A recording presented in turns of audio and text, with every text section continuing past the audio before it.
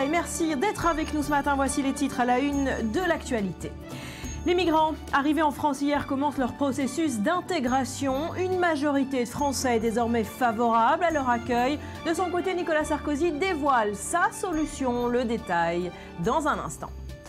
Benjamin Netanyahu est à Londres. Il doit rencontrer ce matin David Cameron. Hier, son accueil a été mouvementé. Manifestation pro-palestinienne violente devant le 10 Downing Street.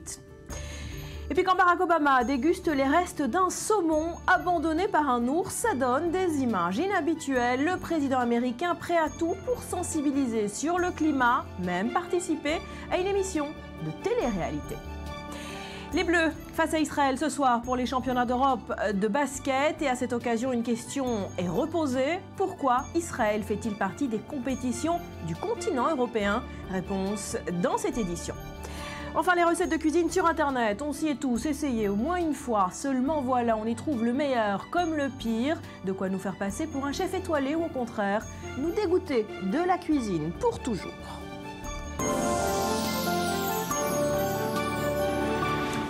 Bienvenue à tous. La France a donc accueilli son premier contingent de réfugiés hier en provenance d'Allemagne. Ils ont été conduits dans une petite commune non loin de Paris, alors que la polémique sur l'accueil de ces migrants pour les élus locaux se poursuit. Joseph Emmanuel. Bon, bienvenue en France.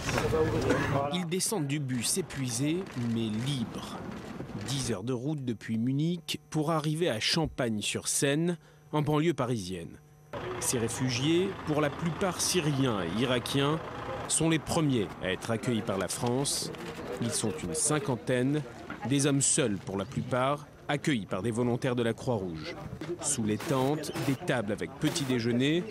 Ils sont ensuite dirigés vers un centre d'accueil. Ils seront hébergés dans une résidence étudiante mise à disposition par la ville. La Croix-Rouge annonce l'arrivée en France de 1000 personnes venues d'Allemagne d'ici vendredi. Cette opération est perçue par beaucoup comme une répétition générale de ce qui se met en place dans le cadre européen, l'accueil en France de 24 000 réfugiés au cours des 2 prochaines années. C'est ce qu'a annoncé François Hollande face à l'afflux massif d'exilés en Europe, une annonce qui fait suite à de fortes pressions du président de l'Union européenne, Jean-Claude Juncker. Mais cet accueil au nom du principe de solidarité n'est pas partagé par tous. Et la polémique s'installe. Certains maires français ont fait savoir qu'ils n'accepteraient que les réfugiés chrétiens. Claude Barthelone a réagi en parlant de croissant vert après l'étoile jaune. Réaction également du ministre de l'Intérieur. Une telle tragédie humanitaire, une telle souffrance et autant de martyrs, on ne se pose pas la question de savoir quelle était leur religion ou d'où ils venaient. La protection, elle est universelle. C'est ça la tradition de l'asile en France. Et la France semble au diapason sur cette question, ou du moins le gouvernement français. Le Premier ministre réagissait mardi, une réponse lapidaire face caméra. On ne trie pas en fonction de la religion. On accueille les chrétiens, les musulmans, les yazidis. On ne trie pas. Le droit d'asile, c'est un droit universel. L'Allemagne a été le premier pays à ouvrir ses portes. Mais il faut la soulager, selon l'Union européenne, et la France prend donc part à ce soulagement. Depuis lundi, les agents de l'Office français de protection des réfugiés ont installé un bureau dans un centre d'accueil temporaire ouvert à Munich. Leur mission, orienter ceux qui le souhaitent vers l'Hexagone. Proposer l'asile à des réfugiés qui ne se bousculent pas pour devenir français. La plupart veulent rester en Allemagne, où une importante diaspora syrienne est déjà installée et où le chômage est faible. D'autres désirent la Suède, traditionnellement ouverte aux réfugiés. Mais eux ont choisi la France, Champagne-sur-Seine, une petite commune de 6600 habitants.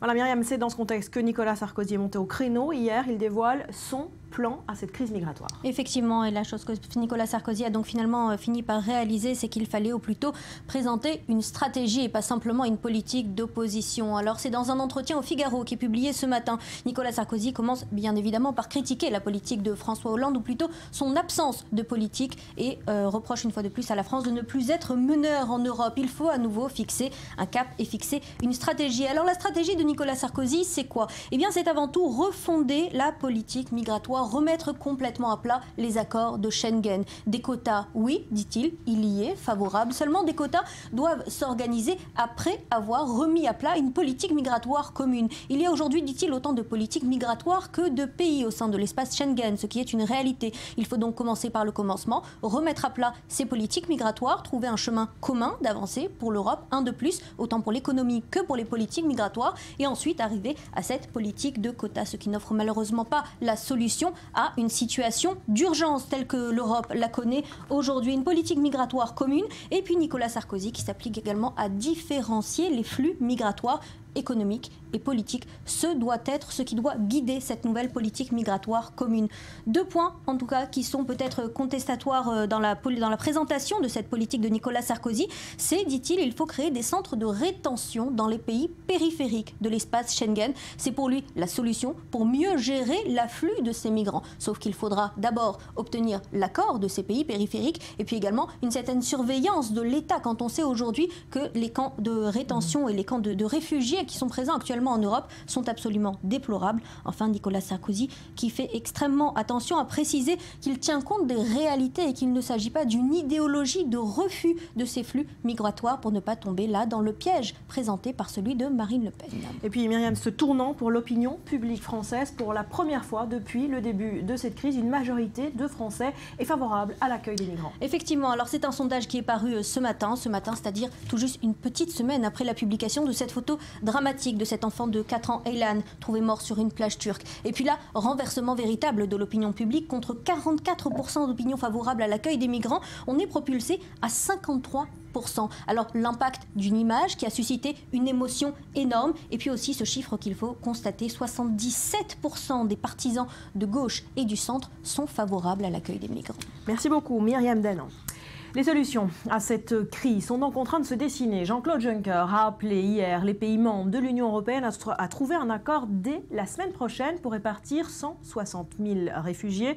Le président de la Commission européenne a présenté donc hier au Parlement européen son plan de sortie de crise. Écoutez-le. Nous proposons le second mécanisme de secours pour reloger 160 000 migrants venant d'Italie, de Grèce et de Hongrie. Cela doit être fait de manière obligatoire.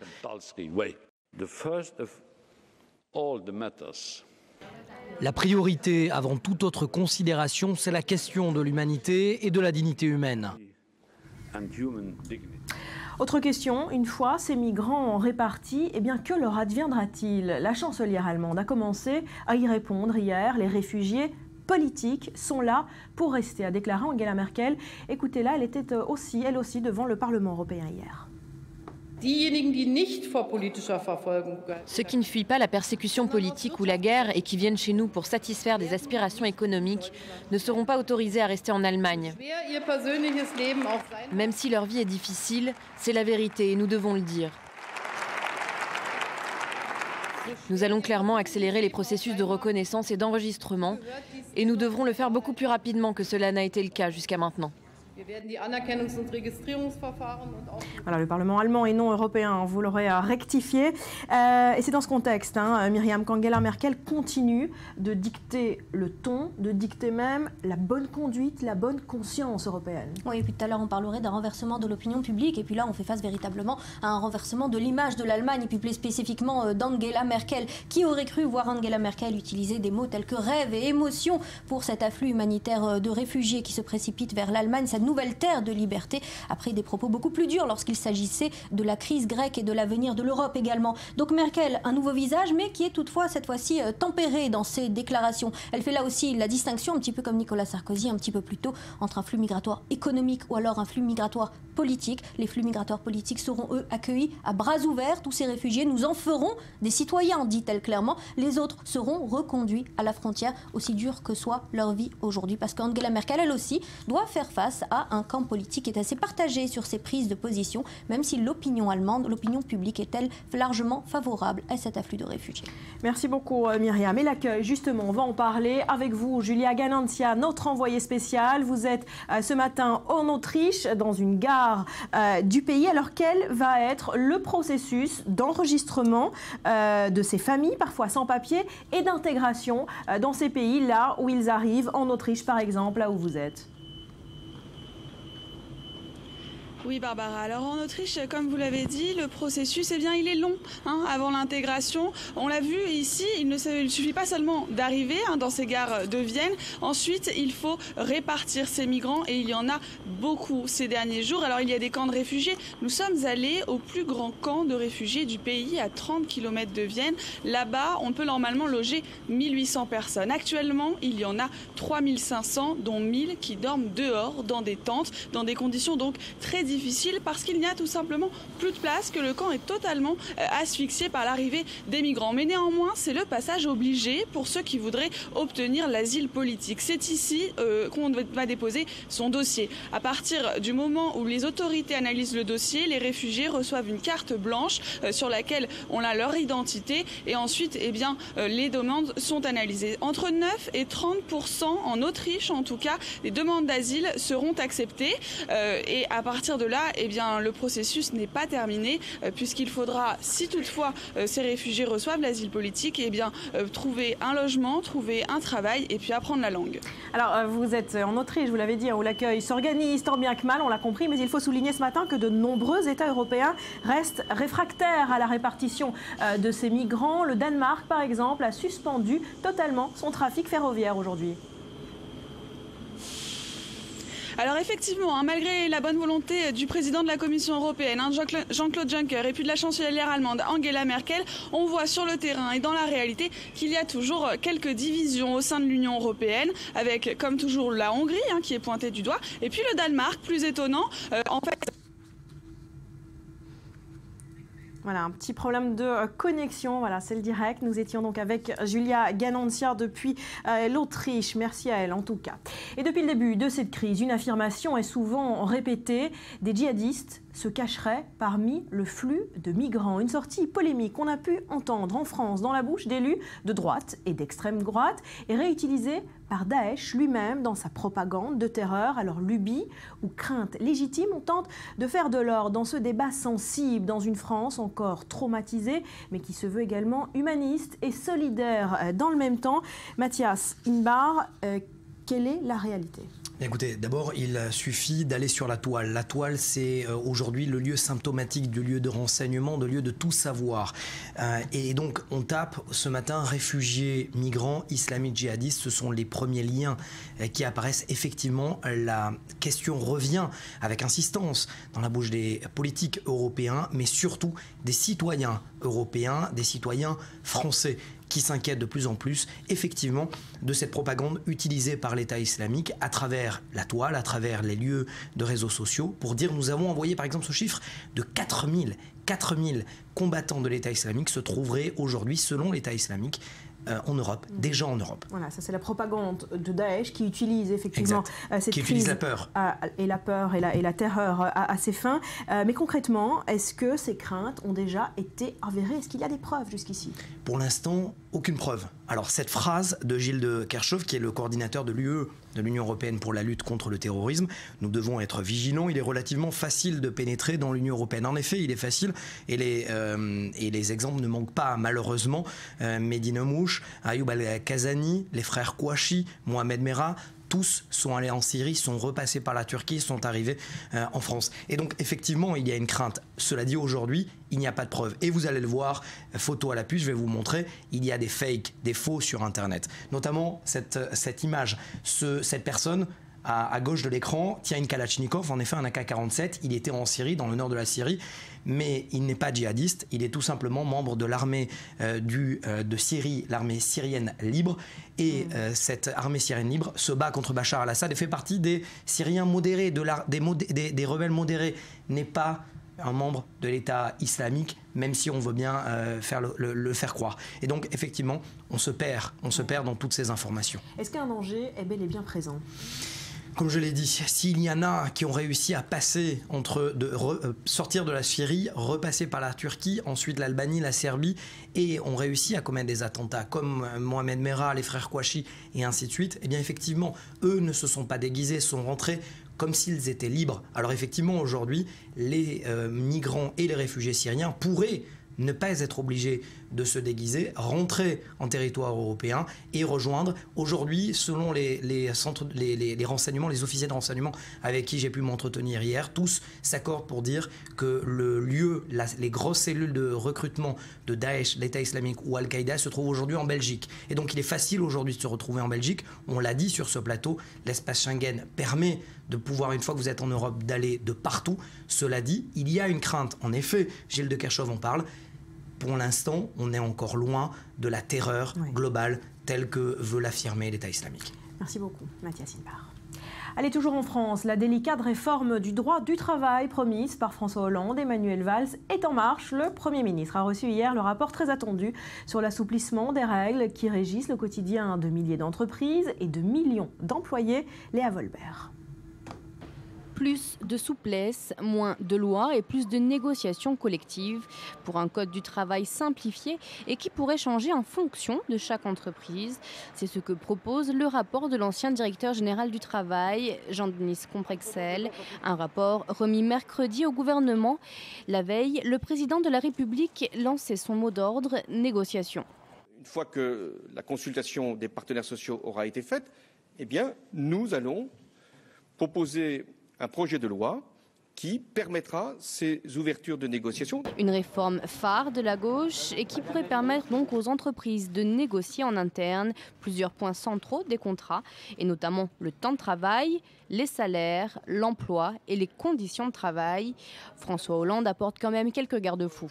Parce que dire à des salariés, il n'y a plus de SMIC, il n'y a plus de contrat de travail, il n'y a plus de durée légale du travail, enfin, ce serait l'abandon de ce qui fait justement le compromis sur lequel les salariés et les entrepreneurs vivent aujourd'hui. Ces futurs accords devront être co-signés par les patrons et les syndicats, mais ces derniers s'inquiètent, notamment pour les plus petites structures. 98% des entreprises françaises ont moins de 50 salariés. Beaucoup n'ont pas de représentation syndicale. Les syndicats craignent donc des inégalités entre les salariés de grands groupes et ceux de petites entreprises moins bien représentées. Le projet de loi qui devrait entériner cette réforme est prévu pour début 2016. En bref, le Front National mis en examen en tant que personne morale. Le parti politique est soupçonné d'escroquerie aux dépens de l'État dans un système de surfacturation des frais de campagne lors des législatives de 2012. Nous n'avons rien à nous reprocher, a réagi hier la direction du FN. Benjamin Netanyahou est à Londres. Il doit rencontrer ce matin David Cameron. Hier, son accueil a été mouvementé. Vous le voyez sur ces images, des manifestants pro-palestiniens et pro-israéliens se sont affrontés devant la résidence du Premier ministre britannique au 10 Downing Street. La police a dû séparer les deux groupes et a arrêté au moins 2 manifestants après quelques légers échauffourées. Ce matin, les deux dirigeants vont discuter de plusieurs dossiers brûlants. Je vous propose d'écouter Benjamin Netanyahou qui s'est exprimé juste avant son départ. Je pars maintenant pour rencontrer le Premier ministre britannique David Cameron. Ceci est dans le prolongement des dizaines d'appels et de réunions que j'ai eues depuis les élections avec les premiers ministres, présidents et ministres des Affaires étrangères de dizaines de pays. Au cours de ces entretiens, je leur explique une chose. L'Europe doit soutenir Israël. Pas mettre la pression sur Israël et non attaquer notre pays, mais soutenir Israël, qui est la seule véritable protection de l'Europe face au Moyen-Orient contre la flambée de l'extrémisme musulman. Nous sommes prêts à agir de concert avec l'Europe, en Afrique et dans d'autres lieux pour combattre cet extrémisme. Mais cela nécessite un changement d'approche. Voilà, et puis il sera, on l'a dit, question du nucléaire iranien dans ses entretiens ce matin au 10 Downing Street. C'est dans ce contexte qu'il faut noter qu'hier à Téhéran, le guide spirituel du régime iranien a de nouveau proféré des menaces contre l'existence d'Israël en tant qu'État et à ses dirigeants. On va écouter l'ayatollah Khamenei, Maurice. Oui, Barbara, le guide suprême s'en est donc pris hier à Israël après la conclusion de l'accord avec les 5+1. Les sionistes ont déclaré, a-t-il dit, que le contrôle sur les installations nucléaires iraniennes leur conférait 25 ans de tranquillité. Écoutez ce que l'ayatollah Khamenei en pense.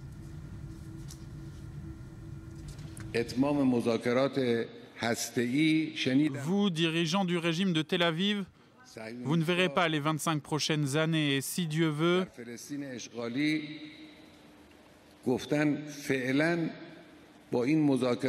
Aucune entité appelée régime sioniste ne survivra aux 25 prochaines années. Voilà, alors si les menaces envers Israël n'ont pas été reprises par la presse internationale, celles contre les États-Unis ont par contre été entendues. Pour le guide suprême, Washington reste le grand Satan. Écoutez-le. Les négociations sont une excuse, elles sont un outil d'influence, un outil pour imposer ses demandes.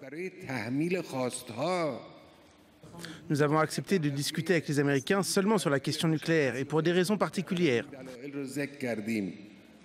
Nous avons répété ces raisons à plusieurs reprises et ils ont négocié. Grâce à Dieu, nos négociateurs ont fait du bon travail. Mais nous n'avons pas autorisé de négociations dans d'autres domaines et nous ne négocierons pas avec l'Amérique.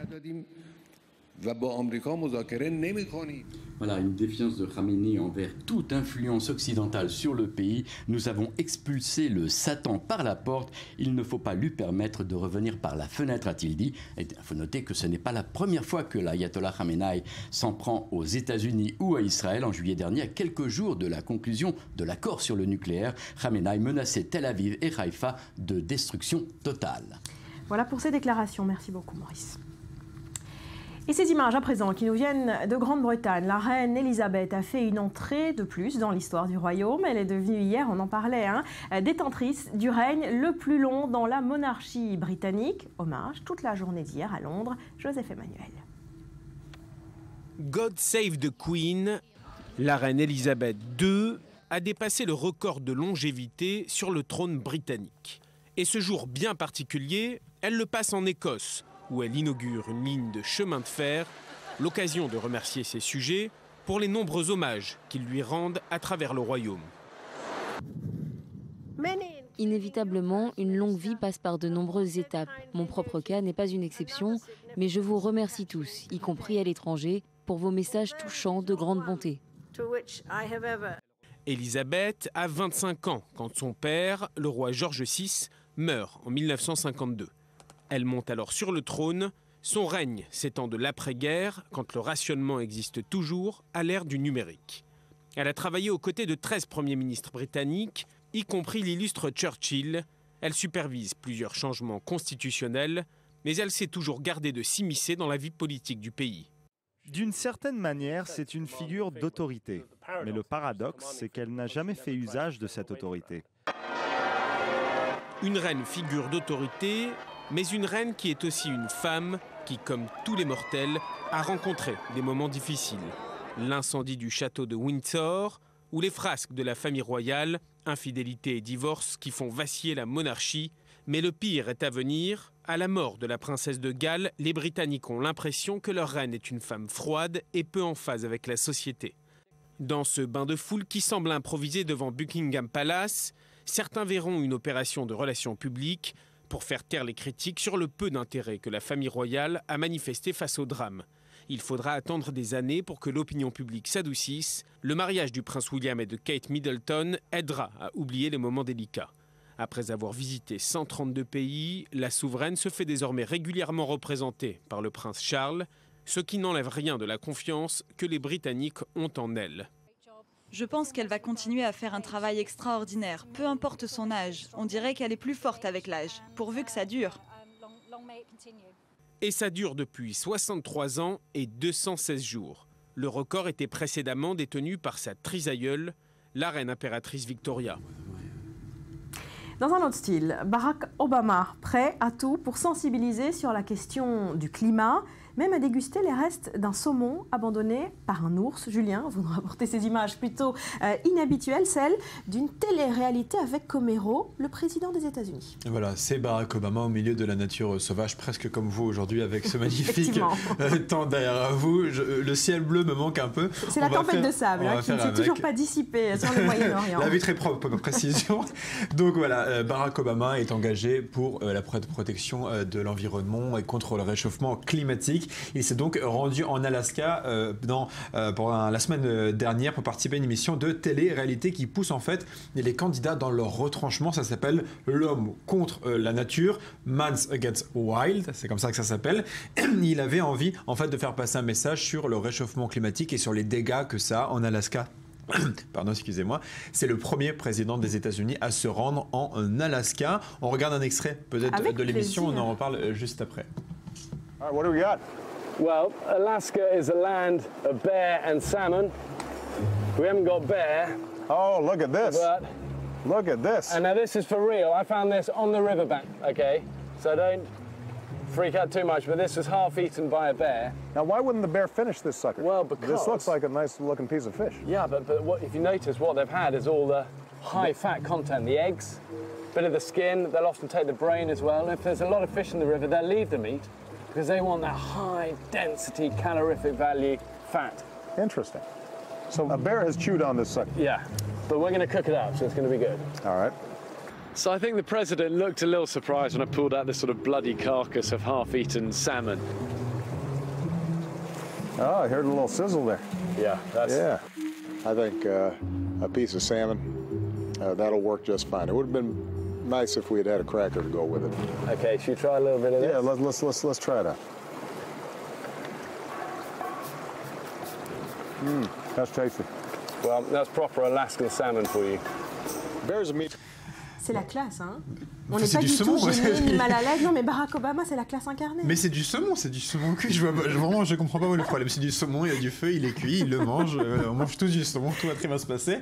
Donc ça, c'est un extrait, évidemment. L'émission va être bientôt diffusée complètement. On est à 3 mois de la conférence sur le climat. C'est ça aussi qu'il faut comprendre. Et Barack Obama essaye un peu de réveiller les États-Unis. Il s'est rendu dans un glacier dont la fonte s'est accélérée pour essayer de faire comprendre. Ils ont publié des photos spectaculaires sur les réseaux sociaux pour montrer aux Américains ce qui s'y passe. Barack Obama tente d'imposer des restrictions en matière d'émissions de gaz à effet de serre, mais on rappelle tout de même qu'en 2009, lors de la conférence de Copenhague sur le climat, les États-Unis n'avaient pas vraiment été au rendez-vous, donc certains écologistes doutent de la sincérité américaine. Oui, mais il a repris le dossier en main. En tout cas, il veut en faire son dernier vrai cheval de bataille peut-être avant de quitter la Maison-Blanche. Voilà. Est-ce que, bon, on a vu Barack Obama très à l'aise dans ce rôle, dans une télé-réalité, c'est assez étonnant. Est-ce que ce genre de concept, de mise en scène est imaginable dans d'autres pays?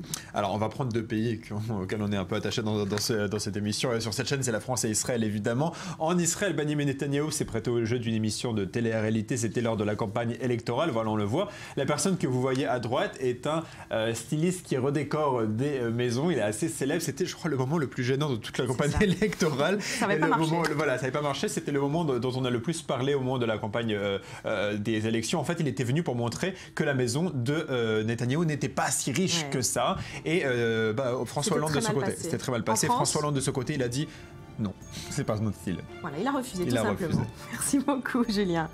À suivre, les Bleus face à Israël ce soir pour le championnat d'Europe de basket. Et à cette occasion, une question est reposée. Pourquoi Israël fait-il partie des compétitions du continent européen? Réponse après un nouveau journal qui vous est présenté ce matin par Elsa Mini.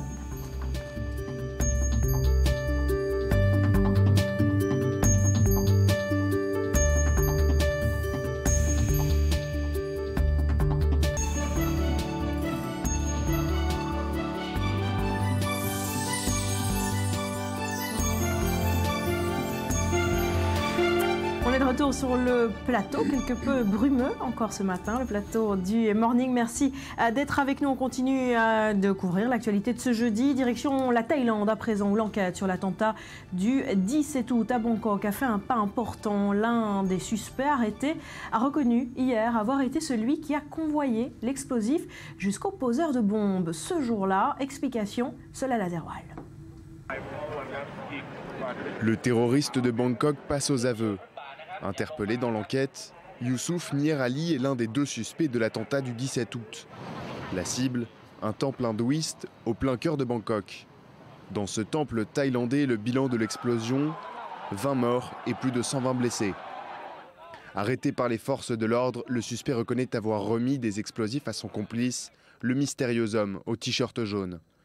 Repéré par des caméras de surveillance, ce dernier a posé la bombe avant de disparaître mystérieusement. Mais les pièces du puzzle s'assemblent progressivement. Les autorités ont sorti le suspect de détention pour rejouer la scène de l'attentat. Menotté et équipé d'un gilet pare-balles, Youssoufou Nier Ali a montré aux autorités le chemin emprunté en plein cœur de Bangkok jusqu'à son évasion en tuk-tuk. Si les motivations de l'attentat terroriste restent inconnues, les autorités avancent une piste de vengeance ethnique. En juillet dernier, une centaine de membres de la minorité musulmane turcophone ouïghour ont été renvoyés en Chine par la Thaïlande, provoquant la colère en Turquie et le saccage du consulat de Thaïlande à Istanbul. Ce chiffre à présent, 10 milliards d'habitants. C'est ce nombre que comptera la population mondiale en 2050. C'est presque 3 milliards d'habitants plus qu'aujourd'hui en 2015. Et les défis sont donc nombreux. Myriam Aman. En 2050, nous serons 10 milliards sur Terre. Et les Chinois pourront être dépassés en nombre par les Indiens. C'est ce que révèle un rapport publié mercredi par l'Institut français d'études contemporaines. Pour l'instant, la Chine est le pays le plus peuplé au monde, avec ses 1,4 milliard d'habitants.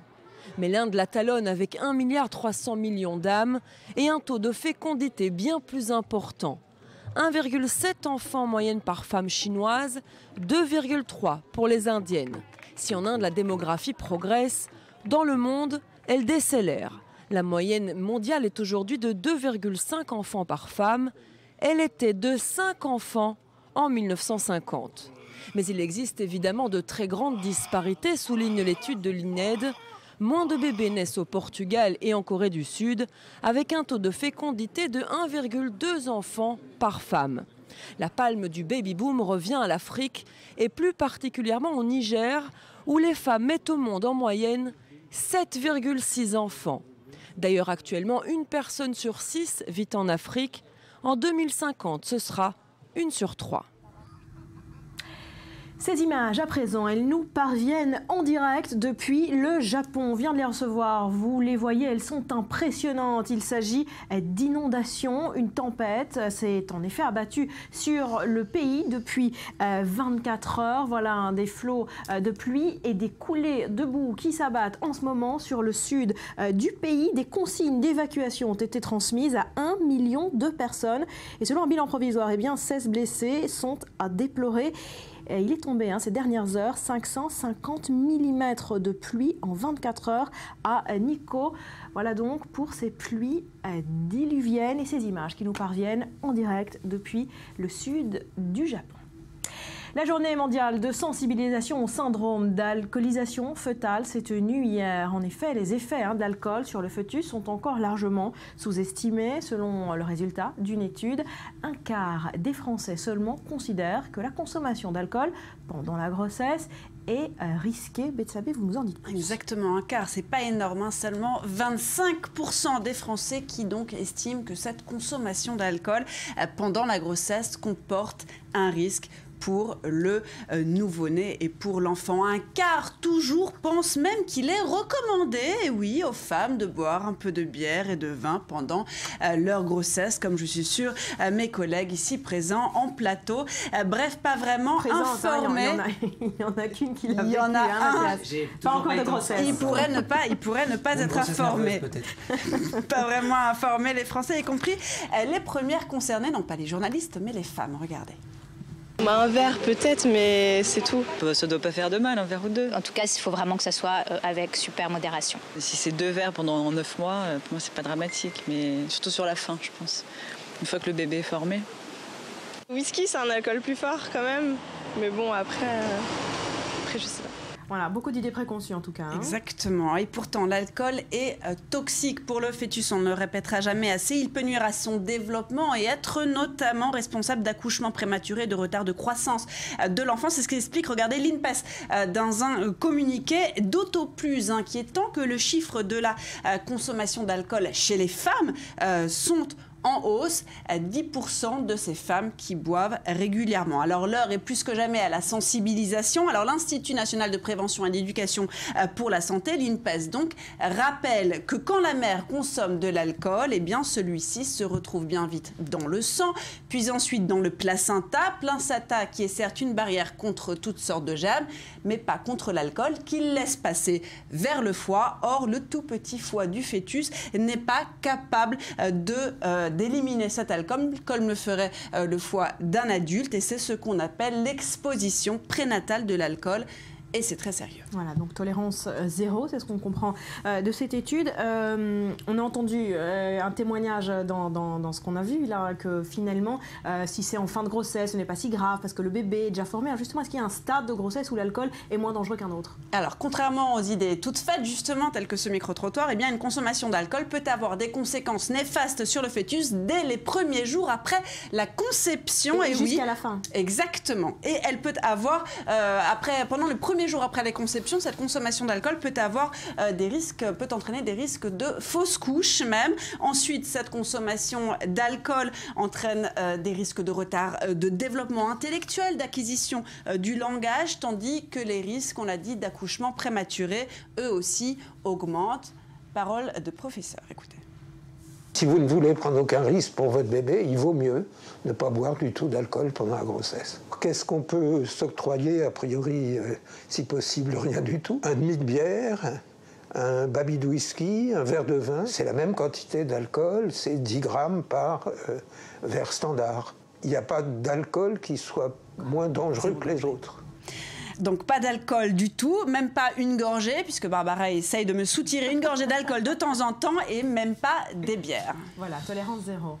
Pas d'alcool du tout pendant la grossesse. Du tout. C'est ce qui est Mais c'est que 9 mois, après tout. Exactement, merci beaucoup Betsabé. Allez, on ouvre une page de sport. À présent, on va parler de basket. Dans un instant, championnat d'Europe de basket avec un match France-Israël ce soir à Montpellier. Mathias, avant cela, un mot de football israélien. La crise des matchs joués ou non le Shabbat semble être derrière nous. Oui, Barbara, si vous aviez prévu de partir ce samedi ou ce Shabbat, vous promener avec Maud Marie, c'est trop tard. En tout cas, je vous parlais de deadline hier. Il y aura bien des matchs de football de Ligue 1 et de Ligue 2. Comment ça s'est passé? Eh bien, tout simplement, le conseiller juridique du gouvernement a pris la décision telle que je l'annonçais hier. Yehuda Weinstein a permis au ministre de l'économie, Aryeh Deri, de ne pas signer l'autorisation de travailler en plein Shabbat et donc de jouer les matchs. Il a décidé que s'il n'y avait pas de loi autorisant ou non autorisant les footballeurs de jouer Shabbat, eh bien on continue dans ce statu quo. Il donne 60 jours à la commission interministérielle intergouvernementale à prendre cette décision.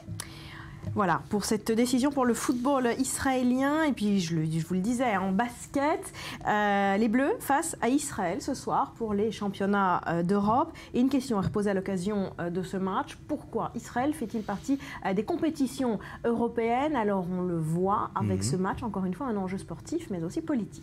En enjeu sportif, alors on parlait de l'enjeu sportif, il est clair, c'est la première passe du groupe A, disputée entre la France et Israël. Ça sera une autre paire de manches pour Israël si jusqu'à présent elle a fait bonne figure dans cette compétition. Eh bien, en équipe de France, on est bien au-dessus du lot. On est d'abord tenant du titre et surtout 80% de l'effectif français joue en NBA. Le niveau n'est pas le même. Pas du tout le même. Il n'y a que Omri Caspi pour l'équipe d'Israël qui joue en NBA et il y avait auparavant Gal Mekel. On est encore loin quand même du niveau de l'équipe de France. Cela dit, ça sera un match à enjeu, donc sportif et politique, parce que depuis le début, eh bien, il faut le savoir, depuis le début de cette compétition, à chaque fois que ces hommes-là, Lior Eliaou et Ravid Nimonad et consorts jouent dans cette compétition, eh bien Barbara, à chaque fois que l'hymne est entonné en France, il y a des cris de Palestine vaincra, Palestine vivra. Pendant toutes les actions, eh bien, il y a des échauffourées aussi à l'extérieur entre les différents supporters. Bref, l'équipe d'Israël dérange au cours de cette compétition, tant au niveau politique, mais au niveau de sa présence pure. Vous me posiez la question pourquoi ça dérange? Tout simplement parce que le BDS notamment met le point sur la place d'Israël sur le continent européen dans cette compétition. Alors justement, est-ce qu'il y a une réponse à cette question? Israël, géographiquement, ne fait pas partie du continent européen, mais participe à ces compétitions sportives européennes. Pourquoi? Est à la frontière, en tout cas, entre l'Asie, c'est-à-dire la compétition asiatique, proche-orientale et asiatique, et les compétitions et le territoire européen. Alors pourquoi? Tout simplement, jusqu'aux années 75, eh bien, Israël jouait dans les compétitions de l'Océanie, et faut bien être clair, il n'y a quasiment pas d'enjeu à jouer dans ces compétitions, et c'était extrêmement facile. En tout cas, trop facile. Et donc Israël, face à l'opposition, face au boycott de l'Asie, des pays qui font partie de l'Asie, qui fait partie de l'Asie concrètement, l'Iran, le Liban, l'Irak, l'Afghanistan, vous pouvez bien imaginer qu'on ne pourrait pas se disputer un match entre Israël et l'Iran. Et donc Israël a décidé, grâce à l'autorisation de la FIFA et grâce à l'autorisation de l'UEFA, qui sont les instances européenne et internationale de football et de manière la FIBA par exemple pour le basket, de disputer les compétitions européennes, que ce soit en foot, en basket, en taekwondo ou quoi que ce soit. Merci beaucoup Mathias. À Tel Aviv, les startups du monde entier, ou presque, se sont donné rendez-vous cette semaine à l'occasion du festival DLD Israël, qui fait figure de pays de pointe dans ce domaine, vous le savez, y compris pour les rois du high-tech, basés dans la célèbre Silicon Valley aux États-Unis. Anthony Lesme. Cette petite musique résonne en Israël depuis 1974, l'année où Intel fonde un bureau à Jérusalem. 40 ans plus tard, le géant américain est présent sur tout le territoire. Intel emploie directement 10 000 personnes et 30 000 de manière indirecte. Les emplois couvrent aussi bien la recherche et les développements que la fabrication. En 40 ans, Intel a investi plus de 17 milliards de dollars dans l'État hébreu. Aujourd'hui, des produits de premier plan sortent des laboratoires israéliens. C'est le cas du nouveau processeur Skylake. 2 fois plus rapide, 3 fois plus économe en énergie et une véritable révolution pour les développements graphiques. Skylake a été conçu par une équipe de recherche et développement ici en Israël. Pas seulement en Israël, mais en grande partie, surtout au nord de Haïfa, là où se trouvent beaucoup d'ingénieurs. Si Intel a ouvert une brèche, d'autres géants américains s'y sont engouffrés. C'est le cas notamment de Google. Implantée en Israël en 1998, la compagnie compte aujourd'hui plus de 700 employés. Pour le salon DLD 2015 à Tel Aviv, Google a créé un grand événement autour du cloud. Un marché très compétitif estimé à 3 000 milliards de dollars dans les années à venir. Lancée il y a 3 ans, la plateforme Cloud Israël est l'un des 4 hubs mondiaux de cette nouvelle technologie online. En clair, Google met à disposition des entreprises et des développeurs ses serveurs, ses outils et ses compétences. Venu de Californie, Miles Ward nous explique les avantages de cette nouvelle activité. Vous payez à la minute utilisée, donc si vous avez besoin d'une base de données, d'un site web, d'une application ou de nouveaux outils pour faciliter l'accès d'informations à des utilisateurs mobiles, nous élaborons des systèmes qui permettent l'élaboration de ce genre de solutions, des systèmes incroyablement sécurisés, incroyablement performants et super économes. Google Cloud compte déjà 10 000 portefeuilles dans le monde. Cette plateforme permet d'accélérer les innovations en gagnant du temps sur l'élaboration des codes et de l'argent sur la conception des outils. À la fois vendeur de solutions mais aussi acheteur d'applications comme Waze il y a 2 ans, Google a une place de choix dans l'écosystème israélien. Encourager l'innovation et dénicher les talents sont la priorité de la 2e compagnie mondiale en capitalisation boursière. Une tendance globale en Israël. Dans le passé, les gens suivaient les entreprises, donc ils allaient là où IBM, Intel s'installaient. Mais aujourd'hui, les choses ont changé. La compagnie va où les talents sont. Ce qui est unique en Israël, c'est que les Israéliens cherchent les problèmes, pas les solutions. Ils se demandent quels sont les problèmes autour d'eux et trouvent la solution. Facebook veut aussi sa part du gâteau. Fraîchement arrivé en Israël il y a 2 ans, le numéro 1 des réseaux sociaux tisse sa toile avec 4 acquisitions, dont l'appli Onavo, spécialiste de l'analyse des métadonnées. Désormais, 60 personnes travaillent à plein temps. C'est un des plus gros bureaux de Facebook en Europe, à la fois parce qu'on a beaucoup de clients, mais aussi parce qu'on a un vrai écosystème Facebook qui s'est développé historiquement depuis que Facebook est devenu une plateforme. Le défi, c'est d'être toujours pertinent pour les développeurs, de faire en sorte que le prochain Waze ou le prochain Facetune, par exemple en Israël, soit bâti et développé sur la plateforme Facebook, à la fois pour développer les applications, pour les faire grandir et aussi pour les monétiser. Plus que jamais, les géants américains du high-tech misent sur Israël. La Silicon Valley a donc sa succursale au Proche-Orient, surnommée d'ailleurs la Silicon Wadi. Un autre géant marche sur les plates-bandes américaines, la Chine. L'année dernière, la 2e économie mondiale a investi pour 8 milliards de dollars en Israël.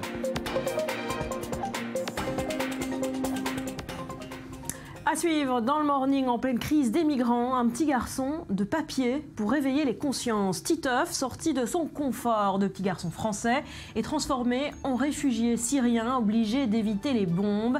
Zep a relocalisé son héros pour quelques planches et l'effet est immédiat. Les images après un nouveau journal qui vous est présenté ce matin par Elsa Mimine.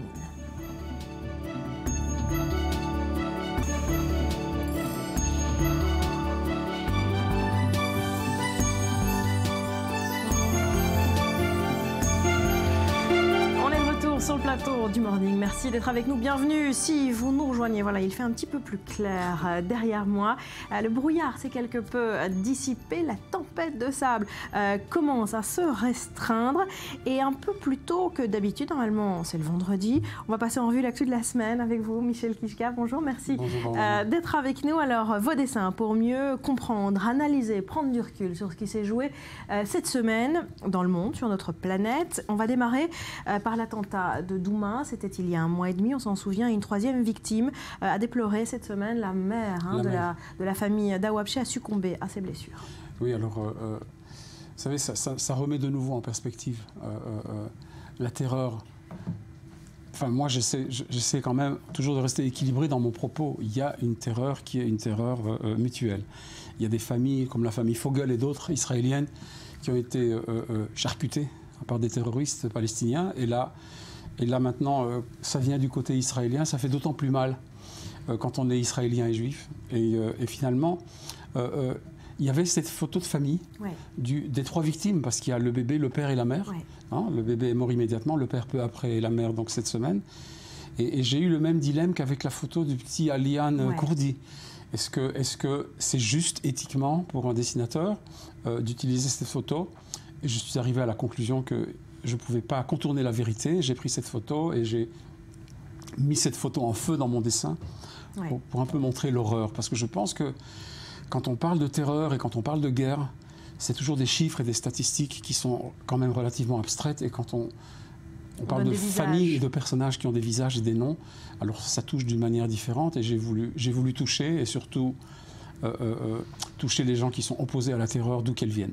Voilà, c'est votre message. Voilà, c'est mon message. Depuis toujours. Allez, l'accord sur le gaz naturel israélien adopté par la Knesset, voilà, ça a fait beaucoup de bruit, ça a duré extrêmement longtemps. C'est pas encore fini. C'est pas encore fini. Ça n'est pas encore fini. Et depuis qu'on a annoncé qu'on avait trouvé du gaz,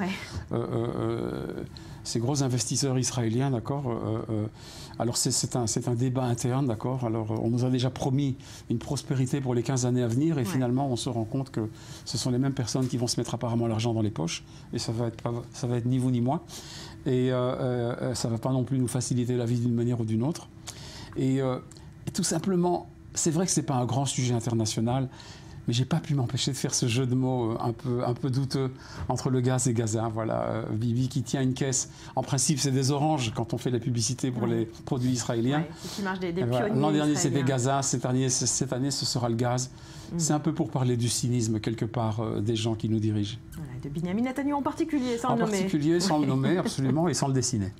Allez, bonne nouvelle pour Barack Obama. Il obtient cette semaine un soutien insuffisant des sénateurs américains pour ne pas utiliser son droit de veto pour un vote qui aura lieu dans une dizaine de jours sur la levée des sanctions américaines contre l'Iran. Oui, c'est vrai, il y a la guerre à outrance au Congrès américain, surtout de la part des républicains. Et finalement, c'est une bonne nouvelle pour Barack Obama de ne pas devoir utiliser son droit de veto, chose qu'il avait l'intention de faire si jamais il n'obtenait pas la majorité. Et j'ai repris un dessin que j'ai fait. Quand Netanyahou est allé s'inviter au Congrès pour avoir un discours qui critiquait Obama, qui était une chose que j'avais énormément critiquée dans un dessin qui était celui-là sans la bulle. En fait, il est derrière son dos et il creuse un tunnel comme le Hamas pour venir lui parler dans le dos. Et là, j'ai juste ajouté la bulle, c'est-à-dire il s'accroche à sa politique, qui est une politique erronée, et il va dans le mur. Et c'est ce que j'ai voulu exprimer là-dedans. Et si tout le monde l'a compris, je suis très content. Bonne nouvelle, en tout cas également cette semaine pour la reine Elisabeth qui a battu, Elisabeth II, qui a battu un record, celui de la longévité sur le trône britannique. Ah voilà, elle a battu la longévité de sa trisaïeule, la reine Victoria, qui était aussi 60 années et des poussières. Mais étant donné que c'est pas 63 ans, mais 63 ans et 7 mois, donc alors 7 mois et 2 jours, exactement. Voilà, oui, mais j'ai fait ce dessin il y a 2 jours. Alors elle ajoute et 7 mois, parce que c'est quand même pas rien. Et c'est vrai, j'ai vu un journal qui titrait hier « La reine Elisabeth, c'est inconnu ». En fait, on ne sait rien d'elle. Elle est parvenue non seulement à rester en place, mais en plus à rester absolument secrète et discrète sur elle-même. Mais bon, c'est un fait divers qui est de relativement peu d'intérêt, mais dont tous les médias parlent. C'est amusant. C'est amusant, bien sûr, comme les mariages et les enterrements en Angleterre. C'est toujours très beau. Et on finit, Michel, par la tempête de sable qui s'est abattue par surprise sur l'ensemble du Moyen-Orient depuis 2 jours.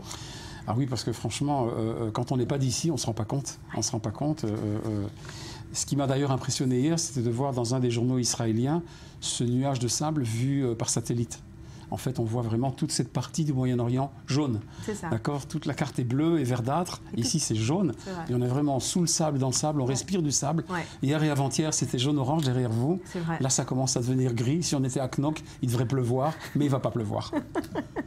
Voilà pour la petite blague entre Belges. Merci beaucoup, Michel. Vous restez avec nous, parce que ce qui va suivre va vous intéresser.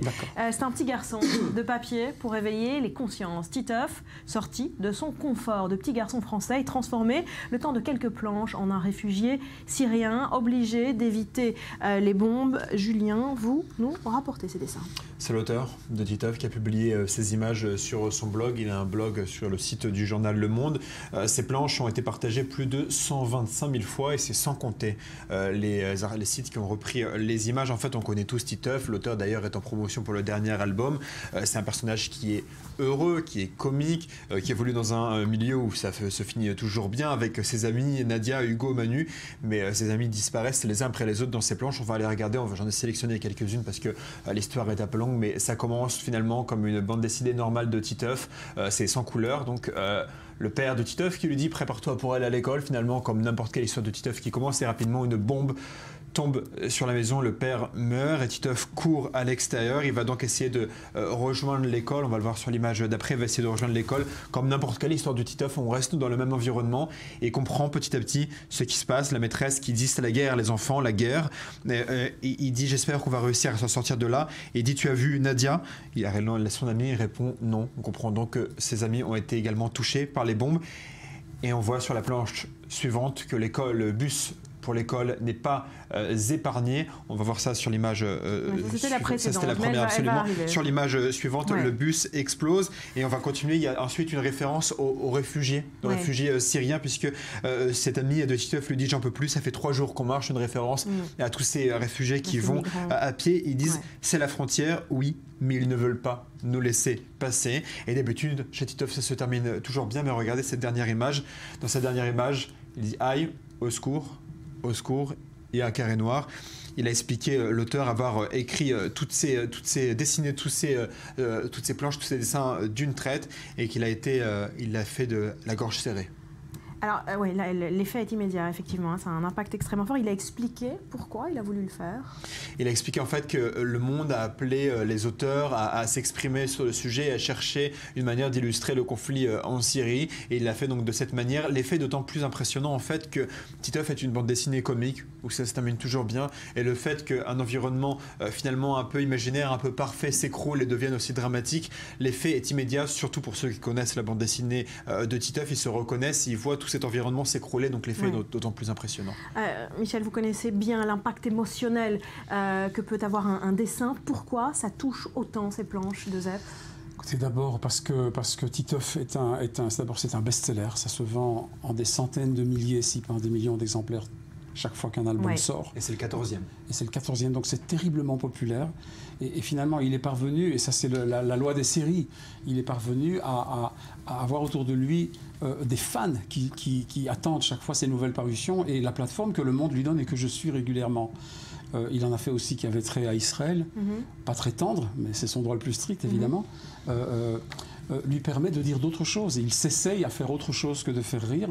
Et là, justement, je pense qu'un lecteur qui est un fan de Titeuf et qui voit Titeuf auquel il s'identifie finalement. C'est pour ça que ça plaît tellement. C'est un garçon qui a parlé de zizi, qui a parlé d'éveil sexuel, de l'école, donc des sujets qui touchaient des écoliers. Maintenant, ils sont lycéens, ils sont peut-être déjà étudiants, et finalement, ils se reconnaissent encore à travers ce personnage et ils se mettent à sa place dans cette histoire.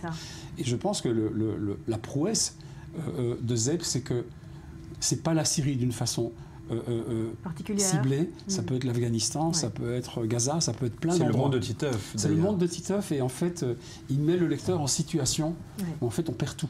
On perd tout, on perd ses repères et on se perd soi-même. Et c'est pour ça que ça touche tellement. Je trouve que c'est une prouesse extraordinaire ce qu'il a fait. Et l'auteur dit l'avoir écrit et dessiné la gorge serrée, la gorge nouée. C'est vrai que quand on le lit, nous aussi on a la gorge nouée. Il y a cet effet qui est vraiment transmis au lecteur. Parce que, Julien, parce qu'il tue son personnage. Et ça, pour un auteur, c'est très très dur. Il va renaître, mais il montre que c'est... Lui aussi, finalement, il est dans la liste des victimes à venir et finalement, le carré noir en dit long. Merci beaucoup, en tout cas, Michel et Julien. Direction l'Égypte à présent, où le harcèlement sexuel dont sont victimes les femmes a souvent été mis en exergue, d'où l'idée de cette société qui a créé les premiers taxis exclusivement féminins, conduits par des femmes, pour des femmes. C'est un reportage de Julien. Leur couleur est rose, leurs uniformes, leur logo et même leur vernis à ongles sont roses. Elles sont employées de l'entreprise Pink Taxi, exclusivement réservée aux femmes. Le but, protéger les femmes dans un pays où les cas de harcèlement sexuel sont quotidiens. Toutes les nouvelles idées naissent d'un besoin dans la société et en Égypte. Nous avons besoin d'une compagnie de taxi sûre, pas seulement pour les femmes arabes, mais aussi pour les étrangères et les femmes en Égypte en général. Les conductrices reçoivent une formation spéciale. Elles doivent par ailleurs parler couramment anglais ou une autre langue en plus de l'arabe et être diplômées d'une université. Pendant 2 ou 3 mois, nous les formons. Nous leur enseignons les règles de circulation. Nous les préparons aussi à faire face psychologiquement à la société. Nous leur apprenons à se comporter, comment ouvrir la porte aux clients. Elles suivent aussi des cours de soins d'urgence et d'autodéfense.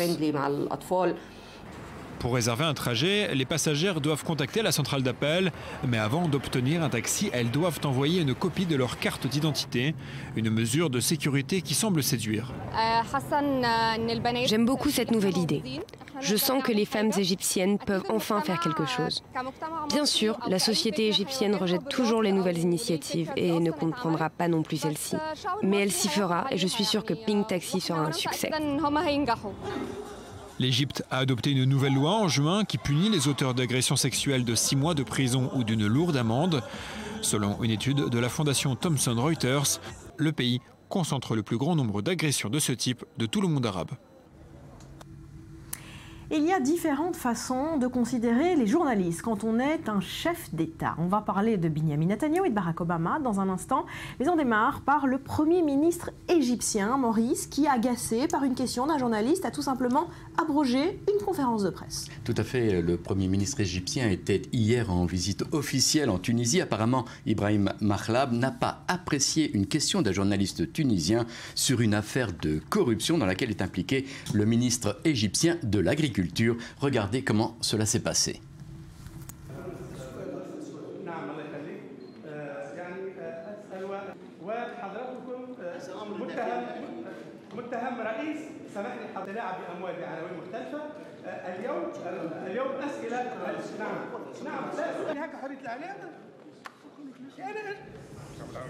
Voilà, il quitte la tribune, tout simplement. Il quitte tout simplement la tribune en disant c'est une affaire intérieure, et le journaliste a répliqué par une autre question: où en est la liberté de la presse? Il faut dire que le journaliste couvre la visite pour le compte d'une chaîne de télévision tunisienne, Zitouna, pro-islamiste, et avait laissé entendre que le chef du gouvernement égyptien était lui aussi mêlé à cette affaire.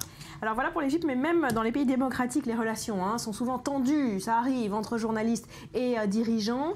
Exception faite peut-être de Barack Obama avec son style bien à lui. Un style tout à fait différent, effectivement. Par exemple, regardez un exemple. Il y a 3 ans, un journaliste du Daily Caller, une publication américaine conservatrice, a fait rarissime interrompu Barack Obama en plein discours sur la fin des expulsions des jeunes sans-papiers. Il a réussi même à faire sortir le président américain de ses gonds. Regardez comment a réagi Barack Obama. Et la réponse à votre question, monsieur, et la prochaine fois, je préférerais que vous me laissiez terminer mon discours avant de poser cette question. C'est que c'est une bonne mesure pour le peuple américain. Je ne suis pas là pour débattre, je ne fais que répondre à votre question. Ah, voilà. Pas content, Barack Obama. Pas content, mais avec du style. Avec du style, toujours, on l'a dit. En Israël, Benyamin Netanyahou, c'est un autre style aussi en ce qui concerne les médias. On lui reproche souvent de n'être pas présent du tout pour des interviews, pour des conférences de presse. Et là encore, il y a 2 jours, il a annulé ses traditionnelles interviews à l'occasion du Nouvel An juif. Alors, on lui reproche de ne pas être présent quand ça l'arrange. Il est là de toute façon. Donc, effectivement, le Premier ministre devait accorder hier une dizaine d'interviews aux médias israéliens, tout confondu, toutes les chaînes de télévision. Mais en fin d'après-midi, la présidence du Conseil a tout simplement annoncé que ces interviews étaient annulée. Alors, il faut dire que les journalistes attendaient avec beaucoup d'impatience cette interview du Premier ministre, puisque Benjamin Netanyahou ne s'est pratiquement pas exprimé devant la presse depuis les dernières élections. Alors, officiellement, on indique que la préparation du voyage du chef du gouvernement aujourd'hui à Londres a empêché ces interviews. Alors, plutôt que de répondre aux questions des journalistes, Netanyahou a trouvé une solution. Il a choisi tout simplement de diffuser un message enregistré sur sa page Facebook. Voilà, regardez ce que ça donne. C'est plus commode. אנחנו עושים המון דברים בשביל המדינה. אני יודע שאתם לא שומעים את זה בתקשורת, אבל אני קיבלתי בבחירות מנדט ברור להוביל את מדינת ישראל בדרכי, וזה בדיוק מה שאני עושה בהמון תחומים. קודם כל, אני שומר על הביטחון שלכם. אצלי אין החלה, אצלי אין הבלגה. מי שמנסה לפגוע בנו, אנחנו פוגעים בו. שנית, אני שומר על הגבולות שלנו. אתם רואים בדיוק מה קורה באירופה כשהמדינות לא עושות את זה. אבל אצלי זה לא יקרה. Voilà. C'est plus facile face à une caméra que face à un journaliste. Exactement, une vidéo qui commence par cette déclaration du Premier ministre. Je sais que l'on ne vous parle pas de nos réalisations dans les médias. Voilà, le chef du gouvernement israélien ne fait pas confiance à la presse. Voilà, on note quand même qu'avant les élections en 2 jours, il a donné 12 interviews. Merci beaucoup, Maurice. À suivre, les recettes de cuisine sur Internet. On s'y est tous essayé au moins une fois, seulement voilà, on y trouve le meilleur comme le pire, de quoi nous faire passer pour un chef étoilé ou au contraire nous dégoûter de la cuisine pour toujours. Ce sera après un nouveau journal qui vous est présenté ce matin par Elsa Mimoun.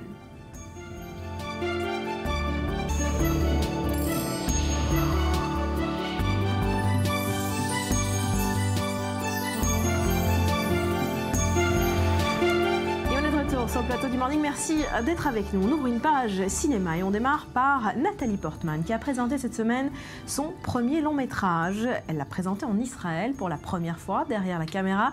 L'actrice de 34 ans était particulièrement émue de présenter dans son pays natal sa première réalisation, une histoire d'amour et de ténèbres, adaptation du best-seller de l'auteur israélien Amos Oz. Alors si l'accueil était relativement mitigé à Cannes, les spectateurs de l'avant-première israélienne l'ont applaudi chaleureusement. Solal Azerwal. Nathalie Portman a présenté au public israélien une histoire d'amour et de ténèbres, le premier film qu'elle a réalisé.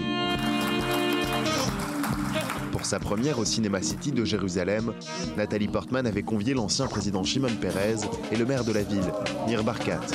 C'est une première étape réussie pour la jeune réalisatrice. C'est un très joli film, j'ai beaucoup aimé. Ce film exprime vraiment bien ce qu'a écrit Amos Oz dans son livre. J'ai vraiment adoré le rôle de Nathalie Portman. Elle est sublime, très joli film. Fustigée par la critique lors du festival de Cannes, l'actrice américano-israélienne n'en est pourtant pas à son coup d'essai. Elle avait réalisé New York I Love You aux côtés d'Ivan Attal. Applaudie pour ses performances dans Star Wars, V pour Vendetta et Black Swan, la titulaire d'un Oscar de meilleure performance d'actrice s'attaque cette fois-ci à un monstre sacré de la littérature israélienne. Une histoire d'amour et de ténèbres est l'adaptation du chef-d'œuvre éponyme de l'écrivain Amos Oz. Ce livre est vraiment épique, il contient plusieurs centaines d'histoires. C'était impossible pour un film de saisir les subtilités de ce livre.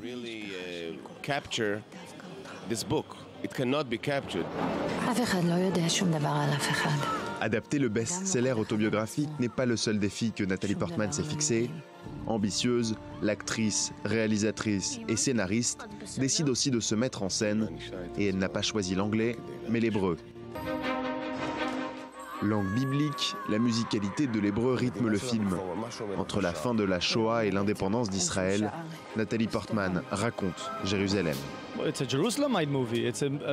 C'est un film jérusalemite. Une histoire d'amour et de ténèbres se déroule à Jérusalem, parle de Jérusalem et est réalisé par une Jérusalemite. Ce film porte la marque de la ville sainte. Je pense que les spectateurs comprendront l'histoire des habitants de Jérusalem. Je suis très fier de ce film. Pourtant, ce film est surtout le récit d'un fils qui voit sa mère sombrer dans la mélancolie, déprimé face à la vacuité de la vie et dépérir. Mêlant la grande et la petite histoire, le film décrit la genèse d'Israël, animée par le départ des Britanniques, la déclaration du 14 mai 1948 et la guerre d'indépendance. Le Gotha israélien a assisté à l'avant-première, notamment l'ancien président de l'État juif, Shimon Peres. Je veux remercier Nathalie du fond de mon cœur. Ce film n'était pas un effort professionnel pour elle, mais une mission personnelle qui consistait à revenir vers la beauté de Jérusalem et la beauté de l'Hébreu. Cependant, une histoire d'amour et de ténèbres n'apparaît pas dans la liste des films en compétition aux Ophir, les Oscars israéliens. Plusieurs explications: il n'a pas été sélectionné, pas été retenu comme un film israélien ou a choisi de concourir à l'international. De facto, la première réalisation de Nathalie Portman risque de ne pas représenter Israël aux Oscars. Avant le festival de Toronto, Israël est le premier pays à montrer une histoire d'amour et de ténèbres. Universel et israélien, l'identité du film est en fait aussi cosmopolite que sa réalisatrice. Magnifique Nathalie Portman. Dans un autre genre, le suspense est terminé. Le nom du chanteur du générique de 007 Spectre, le prochain James Bond, a été révélé. Ce sera Stan Smith, qui l'a annoncé lui-même sur son compte Twitter. Tout à fait, en postant cette photo de sa main portant une bague frappée du signe Spectre, la mystérieuse organisation contre laquelle Bond va lutter dans 007 Spectre. À l'automne dernier, une rumeur ciblait déjà le chanteur de Stay With Me comme potentiel interprète de la chanson du générique du prochain James Bond. Le voilà, Sam Smith. C'est une rumeur démentie par l'intéressé, mais dans le monde des ombres de Bond, il ne faut faire confiance à personne. Alors un teaser de la chanson titre devait être publié cette semaine. Finalement, on ne l'a pas trouvé. Ça va certainement être dans les prochains jours à venir. Ça devait être aussi en même temps que les préventes des billets du film qui devra se mesurer au box-office phénoménal de Skyfall, le précédent Bond et le plus gros hit de la franchise. Rappelons que la chanson de Skyfall était interprétée par Adele et ça lui avait valu d'ailleurs à Adele l'Oscar de la meilleure chanson originale en février 2013. On l'entend un petit peu derrière nous, effectivement. Gros tube. Sublime chanson. Ouais, belle chanson interprétée par Adele. Alors, autre rumeur, Laetitia, qui alimente la machine James Bond, c'est l'acteur qui pourrait finalement remplacer Daniel Craig. Et là, vous êtes contente. Eh bien oui, c'est Tom Hardy qui se place en tête de la liste de ceux qui pourraient prendre les traits du plus célèbre espion du monde. Pour ceux qui regardent le Morning, vous l'aurez compris, Tom Hardy, c'est mon chouchou, pas seulement du moment, mais depuis quelques années déjà. C'est celui qui a incarné le nouveau visage de Mad Max en remplaçant Mel Gibson dans Fury Road. Ça avait fait un carton plein au box-office également. Jusqu'à ce jour, une dizaine d'acteurs se seraient bien vus dans la peau de l'agent secret du M16. Idris Elba, Jack O'Connell, Damien Lewis, Andrew Lincoln, Henry Cavill, Sam Worthington, Richard Armitage, Aaron Taylor Johnson, John Hamm ou encore Rudy Saada.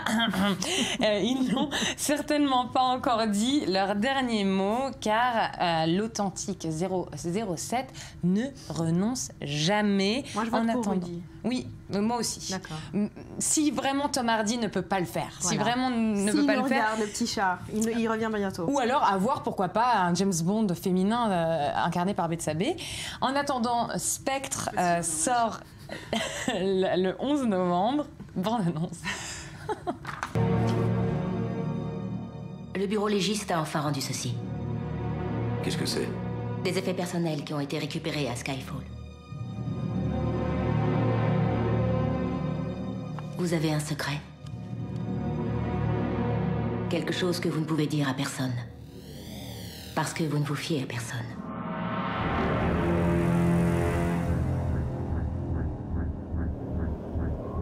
J'ai toujours su que la mort aurait un visage familier. Mais pas le vôtre.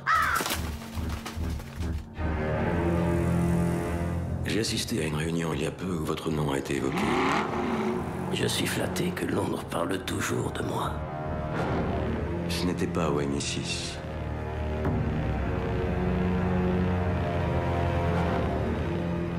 Vous êtes un cerf-volant qui danse dans un ouragan, Monsieur Bond. Bienvenue, James. Cela faisait longtemps. Mais enfin, nous y sommes.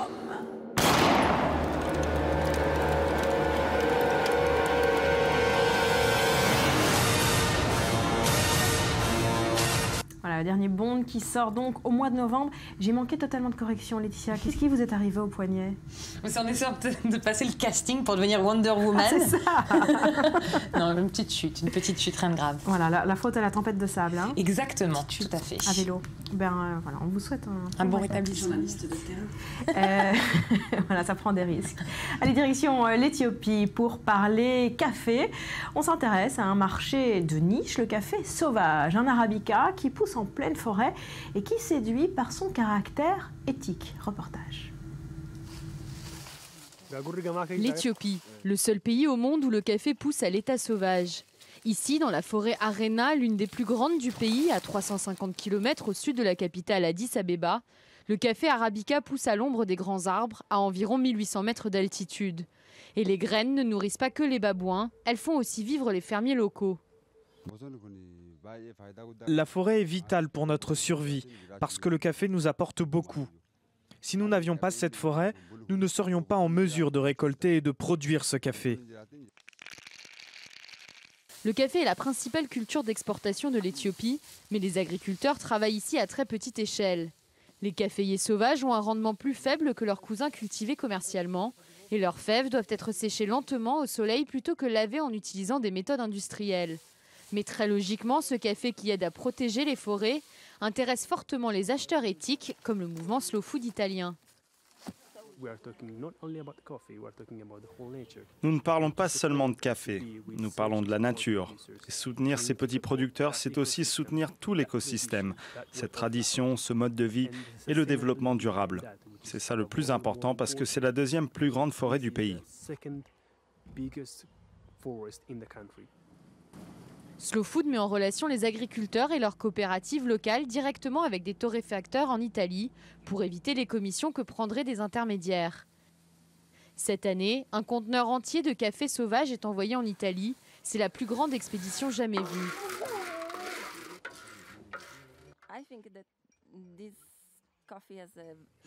Je pense que ce café a une très bonne acidité, son arôme est fleuri. Il est différent des autres parce qu'il est sauvage et aussi grâce à l'altitude parce que nous sommes très haut ici.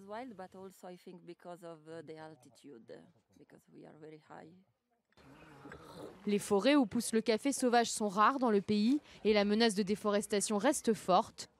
Les producteurs locaux espèrent que la vente de leur café permettra de protéger les forêts et pérenniser leur production.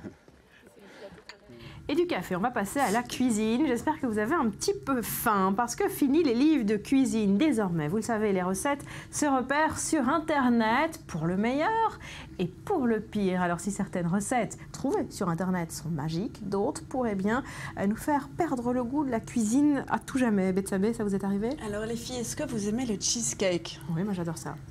Laetitia, on va apprendre le rire pour un, oui.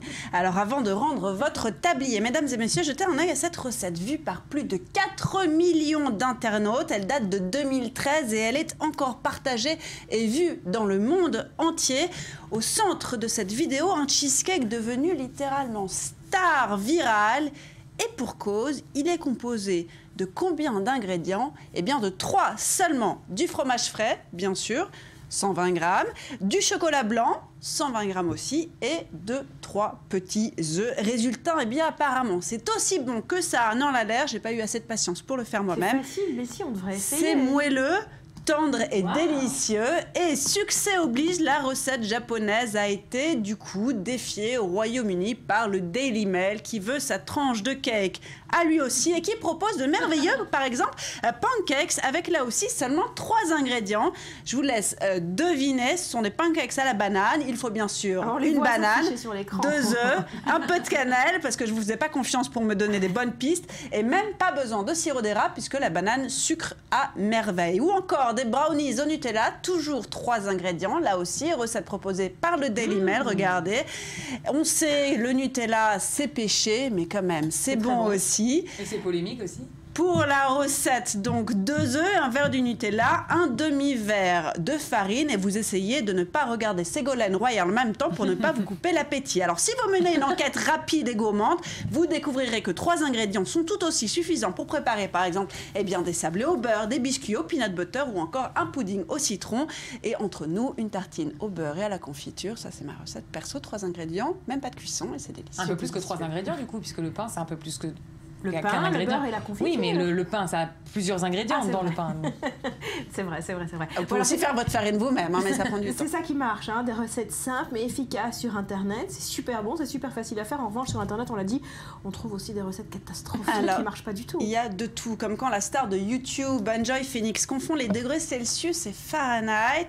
Certes, les muffins sans gluten, c'est à la mode et bon pour la santé, sauf qu'en conseillant de les cuire à 300 degrés, elles risquent au mieux de vous faire avaler des pierres, au pire de vous faire mettre le feu à votre cuisine. Or, la vidéo ayant été quand même regardée plus de 150 000 fois, ça fait pas mal d'alertes incendie. Bref, si vous voulez protéger votre cuisine et accessoirement vos papilles, ne traînez pas n'importe où sur Internet. On y trouve de tout, comme par exemple des dattes fourrées au beurre. Et oui, on aime les dattes, mais pas forcément le beurre cru. Les glaces salées, voire au Viagra, carrément. Et les recettes qui recommandent plus de 200 grammes de sucre, on évite aussi. Et bien sûr, n'hésitez pas à faire appel à votre bon sens en termes d'ingrédients ou de cuisson. Sinon, voilà ce que vous risquez. Nous n'irons plus jamais où tu m'as dit je t'aime. Nous n'irons plus jamais. Tu viens de décider. Nous n'irons plus jamais. Ce soir, c'est plus la peine. Nous n'irons plus jamais comme les autres années. Capri, c'est fini. Voilà. Alors, je vous dirai pas lesquelles étaient les miennes parmi ces vidéos-là. Compassion et indulgence pour les ratés, ça nous est tout arrivé. Ah non, mais moi, j'ai fait des recettes du même acabit, sauf que j'ai eu beaucoup de chance. J'ai fait comme si c'était fait exprès. En général, ça passe, en fait. Tout est dans le regard. C'est un peu comme quand vous faites un papier que vous n'avez pas préparé. Exactement. On fait ça tous les matins, ça passe tout seul. Il suffit de savoir sourire. Merci beaucoup, Bethsabée. Merci, Laetitia. Merci à vous de votre fidélité au Morning. On se quitte pour un nouveau point complet sur l'actu et on se retrouve demain avec grand plaisir. Passez une très belle journée. Portez-vous bien.